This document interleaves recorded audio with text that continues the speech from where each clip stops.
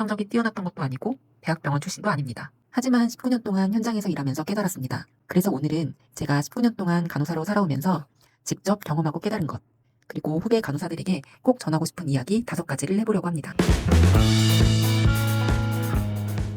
오늘은 간호대 학생들을 만나고 왔습니다. 간호사의 역할에 대해서 강의를 했는데 제가 가장 강조했던 말은 따로 있습니다.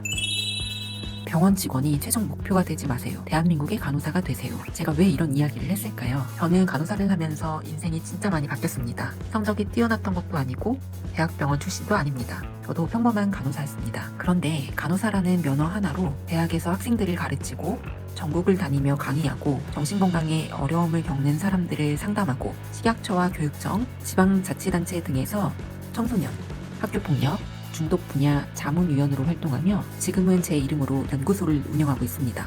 처음부터 이런 일을 할 거라고는 상상도 못했습니다. 예전에는 저도 간호사는 병원에서만 일하는 직업이라고 생각했습니다. 하지만 19년 동안 현장에서 일하면서 깨달았습니다. 간호사는 병원 직원이 아니라 사회의 다양한 문제를 해결하도록 돕는 전문가라는 것을요. 그리고 그 부대는 병원 안에만 있는 것이 아니라 대한민국 곳곳에 있습니다. 그래서 오늘은 제가 19년 동안 간호사로 살아오면서 직접 경험하고 깨달은 것, 그리고 후배 간호사들에게 꼭 전하고 싶은 이야기 5가지를 해보려고 합니다. 첫째, 병원 직원이 아니라 대한민국의 간호사가 되세요. 많은 학생들이 졸업하면 대학병원 취업을 목표로 합니다. 물론 좋은 목표입니다. 하지만 병원은 목적지가 아니라 출발점입니다.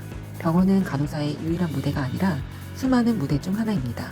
간호사는 병원에서만 일하는 사람이 아닙니다. 학교에도 필요하고, 기업에도 필요하고, 공공기관에도 필요하고, 교정기관에도 필요하고, 지역사회에도 필요합니다. 간호사는 사람을 이해하는 전문가이고, 건강을 지키는 전문가입니다. 여러분의 가능성을 병원이라는 한 공간에만 가두지 않았으면 좋겠습니다. 둘째, 남들과 같은 간호사가 되려고 하지 마세요. 학생들이 이런 질문을 했습니다.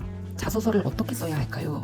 저는 이렇게 답했습니다. 좋은 자소서는 화려한 경력을 쓰는 것이 아니라 자신의 장점을 설득력 있게 보여주는 글입니다. 결국 자소서는 자신을 잘 포장하는 기술이 아니라 자신을 제대로 이해하는 것에서 시작합니다. 장점이 없는 사람은 단 한 명도 없습니다. 누군가는 말을 잘하고, 누군가는 글을 잘 씁니다. 누군가는 성실하고, 누군가는 기획을 잘합니다.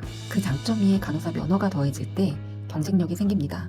모두가 같은 길을 갈 필요는 없습니다. 남들과 다른 강점을 가진 간호사가 더 오래 살아남습니다. 셋째, 직장보다 전문성을 선택하세요. 학생들은 종종 묻습니다. 어느 병원이 가장 좋을까요? 하지만 저는 질문을 조금 바꿔보라고 합니다. 나는 누구에게 필요한 사람이 될 것인가? 그 질문을 던지는 순간 커리어가 달라집니다. 신생아에게 꼭 필요한 간호사가 될 수도 있고, 여성의 건강을 지키는 전문가가 될 수도 있고, 재활이 필요한 사람들의 회복을 돕는 사람이 될 수도 있고, 만성질환자의 건강을 관리하는 전문가가 될 수도 있습니다. 누군가는 새로운 정책을 만들고 교육을 통해 더 많은 사람에게 영향을 주는 사람이 될 수도 있습니다. 중요한 것은 어디에서 일하느냐보다 누구에게 어떤 가치를 줄 수 있는 사람이 되느냐입니다. 정규직이라는 이유만으로 그 직장을 선택하지는 마세요. 때로는 계약직이더라도 나를 더 성장시키고 더 많은 경험을 하게 하고 나를 전문가로 만들어주는 자리라면 그 선택이 훨씬 더 큰 자산이 될 수 있습니다. 직장은 평생 바뀔 수 있습니다. 하지만 실력과 전문성은 여러분을 평생 따라갑니다. 간호사의 가능성은 직장이 아니라 여러분이 어떤 전문가가 되기로 선택하느냐에 달려 있습니다. 직장은 그 다음입니다. 직장은 여러분을 채용하지만 전문성은 여러분을 선택받게 만듭니다. 면허는 끝이 아니라 시작입니다. 간호사 면허를 따면 공부가 끝났다고 생각하는 분들도 있습니다. 저는 오히려 그때부터 진짜 공부가 시작됐습니다. 현장은 계속 변하고 사회가 원하는 간호사의 역할도 계속 변합니다. 배움을 멈추는 순간 성장도 멈춥니다. 간호사도 계속 성장해야 합니다. 5째, 여러분의 이름이 브랜드가 되세요. 병원 이름보다 더 중요한 것이 있습니다. 바로 여러분의 이름입니다. 이 사람이라면 믿고 맡길 수 있다. 이 분야는 저 사람이 전문가다. 이런 말을 들을 수 있는 사람이 되셨으면 좋겠습니다. 병원을 옮겨도, 직장을 바꿔도, 분야를 바꿔도 여러분의 이름이 경쟁력이 된다면 어디에서든 필요한 사람이 될 수 있습니다. 오늘 강의를 마치고 이런 생각이 들었습니다. 누군가는 대학 병원만 바라보고 있을 수도 있고, 누군가는 오늘 처음으로 병원 밖의 가능성을 떠올렸을 수도 있습니다.